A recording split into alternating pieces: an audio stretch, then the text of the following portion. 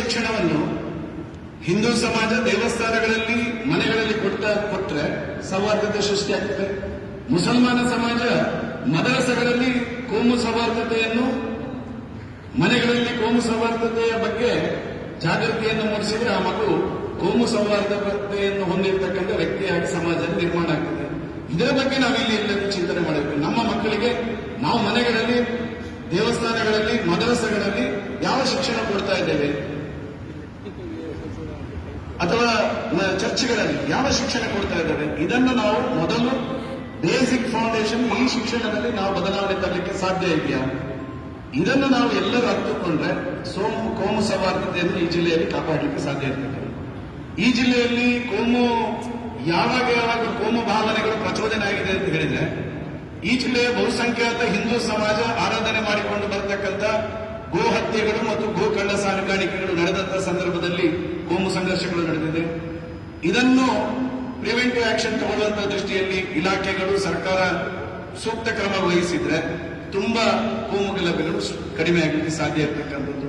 ಈ ಜಿಲ್ಲೆಯ ಹಿಂದೂ ಸಮಾಜದ ತರುಣಿಯರು ಲವ್ನ ಹೆಸರಿನಲ್ಲಿ ಇವತ್ತು ಅನ್ಯಮತೀಯರು ಲವ್ನ ಹೆಸರಿನಲ್ಲಿ ಅವರ ಕೌಟುಂಬಿಕ ವಿಚಾರಕ್ಕೆ ಕೈ ಹಾಕಿದಾಗ ಇವತ್ತು ಕೋಮು ಸಂಘರ್ಷಗಳು ಈ ಜಿಲ್ಲೆಯಲ್ಲಿ ನಡೆದಿರ್ತಕ್ಕಂಥದ್ದು.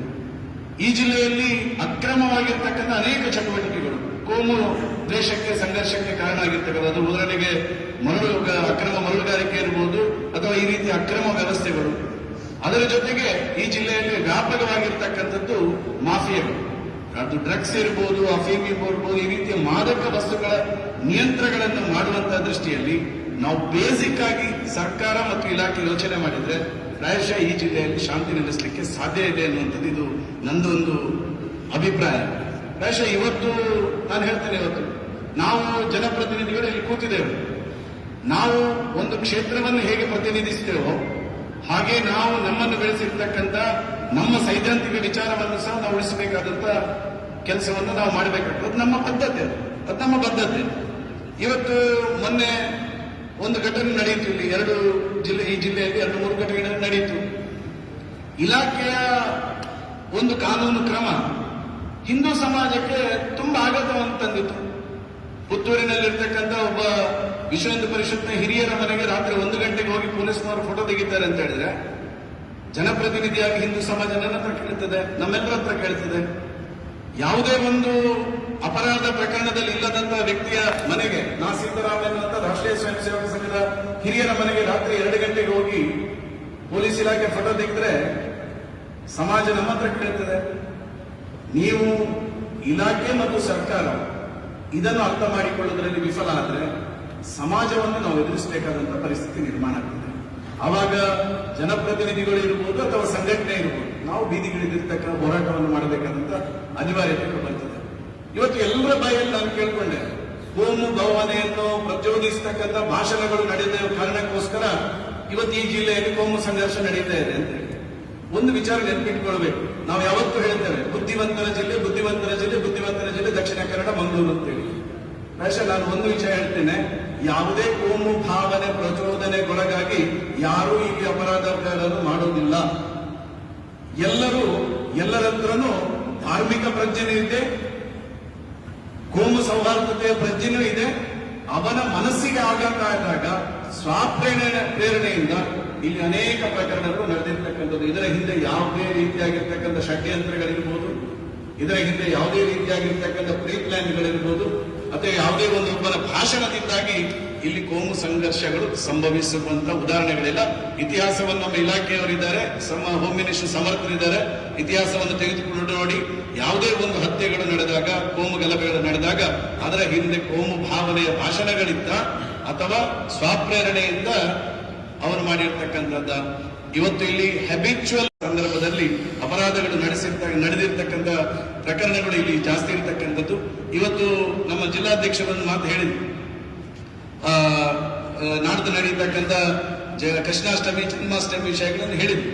ನಾನು ಯಾಕೆ ಇದನ್ನು ಹೇಳ್ತೇನೆ ಅಂತ ಹೇಳಿದ್ರೆ, ಕಳೆದ ಬಾರಿ ಗಣೇಶೋತ್ಸವ ಈ ಜಿಲ್ಲೆಯಲ್ಲಿ ಅನೇಕ ಸರ್ಕಾರಿ ಶಾಲೆಗಳಲ್ಲಿ ಗಣೇಶೋತ್ಸವ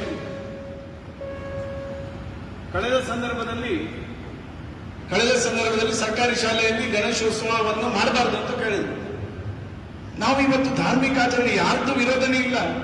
ಅನೇಕ ವರ್ಷಗಳಿಂದ ಶಾಲೆಗಳಲ್ಲಿ ಗಣೇಶೋತ್ಸವ ನಡೀತಿದೆ. ನೀವು ಅದಕ್ಕೆ ನಿರ್ಬಂಧ ಹಾಕಿದಾಗ ಯಾರಿಗೆ ಪ್ರಚೋದನೆ ಆಗ್ತದೆ? ಹಿಂದೂ ಸಮಾಜಕ್ಕೆ ಯಾವುದೇ ವ್ಯವಸ್ಥೆಯಲ್ಲಿ ಇಲ್ಲದಂತ ವ್ಯಕ್ತಿಗಳು ಪ್ರಚೋದನೆಗೊಳಗಾಗ್ತಾರೆ. ಸರ್ಕಾರದ ನಿಯಮ ಈ ಕಾನೂನನ್ನು ಅಳವಡಿಸಿದಾಗ ಈ ವರ್ಷ ಈಗ ಮತ್ತೆ 11:30 ಒಳಗಡೆ ನೀವು ಧಾರ್ಮಿಕ ಆಚರಣೆಗಳನ್ನು ನಿಲ್ಲಿಸಬೇಕೆನ್ನುವಂತ ಒಂದು ಕಾನೂನು ರೂಪಿಸಿದ್ರೆ, ಇಷ್ಟು ವರ್ಷ ನಮ್ಮಲ್ಲಿ ಅದಕ್ಕೆ ಯಾವುದೇ ಸಮಯದ ಮಿತಿ ಇಲ್ಲದೆ ಬರುವ 1 ದಿನದ ಗಣೇಶೋತ್ಸವನ, 2 ದಿವಸದ ಗಣೇಶೋತ್ಸವನ, 5 ದಿವಸ ಗಣೇಶ ಮಾಡ್ತಾ ಇದ್ರು. ಇವತ್ತು ಅದಕ್ಕೆ ಮಿತಿಯನ್ನು ಹಾಕ್ತಕ್ಕಂಥ ಕೆಲಸ ಮಾಡಿದಾಗ ಧಾರ್ಮಿಕ ಭಾವನೆಗಳು ಇಲ್ಲಿ ಕೆರಳತಕ್ಕಂಥ ವ್ಯವಸ್ಥೆಗಳಾಗ್ತದೆ. ನಾನು ಈ ಸಂದರ್ಭದಲ್ಲಿ ಹೇಳ್ತಕ್ಕಂಥದ್ದು ಇಷ್ಟೇ, ಈ ಜಿಲ್ಲೆಯ ಶಾಂತಿಯನ್ನು ಉಳಿಸುವಂತ ನಿಟ್ಟಿನಲ್ಲಿ ಸರ್ಕಾರ ಮತ್ತು ಇಲಾಖೆ, ಅದರ ಜೊತೆಗೆ ಈ ಜಿಲ್ಲೆಯ ಜನಪ್ರತಿನಿಧಿಗಳು, ನಾನು ಗೃಹ ಸಚಿವರಿಗೆ ನಾನೊಂದು ವಿನಂತಿ ಮಾಡ್ತೇನೆ.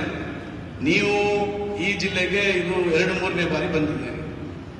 ನೀವು ಬಂದ ತಕ್ಷಣ, ಕಳೆದ ಒಂದು ಇನ್ಸಿಡೆಂಟ್ ಆದಂತಹ ತಕ್ಷಣವೂ ನಮ್ಮ ಜನಪ್ರತಿನಿಧಿಗಳ ಅಭಿಪ್ರಾಯವನ್ನು ಸಹ ನೀವು ಪಡಿಬೇಕು. ಮುಂದಿನ ದಿನಗಳಲ್ಲಿ ಕೇವಲ ಜನಪ್ರತಿನಿಧಿಗಳ ಜೊತೆಗೂ ನೀವು ಒಂದು ಸಭೆಯನ್ನು ಮಾಡಬೇಕು. ಯಾಕಂತ ಹೇಳಿದ್ರೆ ಒಂದಷ್ಟು ವಾಸ್ತವ ಸತ್ಯಗಳನ್ನು ಎಲ್ಲರ ಎದುರಿಗೆ ಹೇಳದಾಗ್ಲಿ, ನಿಮ್ಮ ಎದುರಿಗೆ ವಾಸ್ತವ ಸತ್ಯಗಳನ್ನು ಹೇಳತಕ್ಕಂಥ ವ್ಯವಸ್ಥೆಗಳು ಸಹ ನಮಗೆ ಸಹ ಅವಕಾಶಗಳು ಬೇಕು.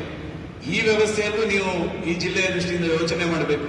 ಮತ್ತೆ ಈ ಜಿಲ್ಲೆಯಲ್ಲಿ ಉದ್ಯೋಗದ ದೃಷ್ಟಿಯಿಂದ 100% ಈ ಜಿಲ್ಲೆಯ ಉದ್ಯೋಗದ ದೃಷ್ಟಿಯಿಂದ ನಾವು ಯೋಚನೆ ಮಾಡಬೇಕು. ಯಾಕೆ ಯೋಚನೆ ಮಾಡಬೇಕು? ಇವತ್ತು 6 ತಿಂಗಳಿಂದ ಸುಮಾರು 10,000ಕ್ಕಿಂತ ಹೆಚ್ಚು ಕೂಲಿ ಕಾರ್ಮಿಕರು ಕೆಲಸ ಇಲ್ಲದೆ ಇದ್ದಾರೆ.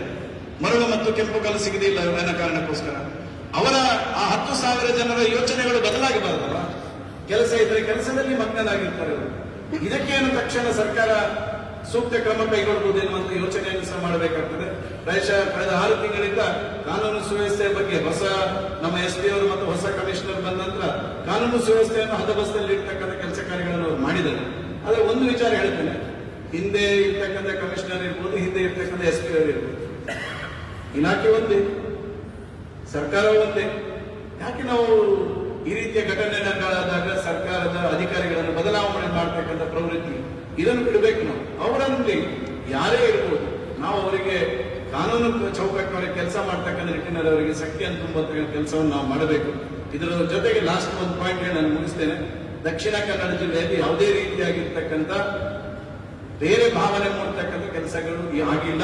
ಮತ್ತೆ ಅತ್ಯಂತ ಅಭಿವೃದ್ಧಿಯನ್ನು ಹೊಂದತಕ್ಕಂಥ ಈ ಜಿಲ್ಲೆ, ಇಲ್ಲಿ ಎಲ್ಲಿ ಯಾವ ಕೋಮು ಭಾವನೆ ಈ ರೀತಿ ಯಾವುದೇ ಪ್ರಚಾರಗಳು ಅಂತಾರಾಷ್ಟ್ರೀಯ ಮಟ್ಟದಲ್ಲಿ ಇರ್ಬೋದು, ದೇಶದಲ್ಲಿ ಆದ್ರೂ ಈ ಜಿಲ್ಲೆಯಲ್ಲಿ ಇವತ್ತು 9 ರಿಂದ 10 ಮೆಡಿಕಲ್ ಕಾಲೇಜುಗಳಿದೆ.